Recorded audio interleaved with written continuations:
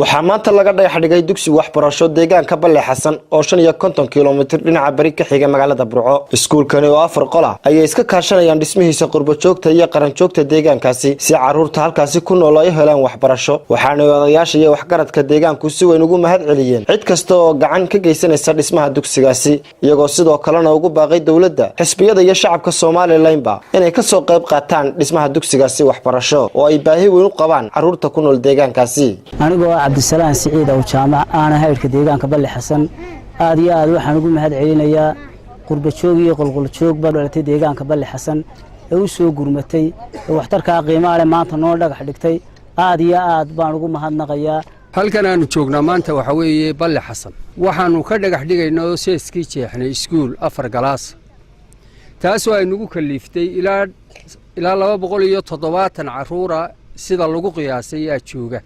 dee hala kaco waxa lala qabto hanala riixo sida si lamida waxaan u nimi iyagoo geedka sax ku dhiganaya sida sabuurada imka aragtaan oo kale ilaa maanta la dhagax dhigay 4 maqsin oo iskuulka ka mid ah iyo barkadiisii iyo geedkiisii insha Allah taala wana dhamaan doona.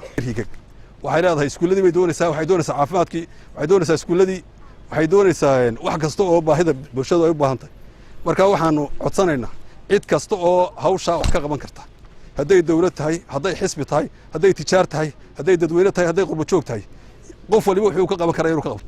kuwa noo soo gurmaday iskuulada noo dhisayana noo soo sakhireen noo keenay mahad Ilaahay taasaan u naqaynaa. aan mahad u naqaynaa gurmadka noo soo gurmaday Balle Xasan u soo gurmaday iyo magaalada mahad baan u naqaynaa. waxaan leenahay dhulka hadna lala arko sida loogu nool yahay intuu leeyahay iyo dadka ku nool siduu yahay. xukuumadda ilaa xil baa ka saaran dadka. horta waa in indhayn lagu sameeyo la ogaado. annaguna markii aanu istooyanay maxaynu u qaban karaa? waxay nala noqotay caruurta ku xoola beeshay ee waayeelkira maanta ka mas'uulka ahna wuxuu qabto aanu garanayn in waxbarasho loo raadiyo iyo say indhaa u kala qaada. dad baa shaqadaa leh oo bilaabay. waxa weeye ehelka meesha weeye ilaa iminka yay taagan tahay. qurbe iyo qolqolba aad iyo aad baan ugu mahadnaqaynaa reerka. hadda inteeda kale dawladda hay'ad leh xisbi leh way u furan tahay oo waxba lagala sugayaa, waana la sugayaa inay gacan muuqata ka geystaan. annagu waanu bilownay waanu doonaynaa. Xabiib Ciga Xasan, Universal TV, magaalada Burco.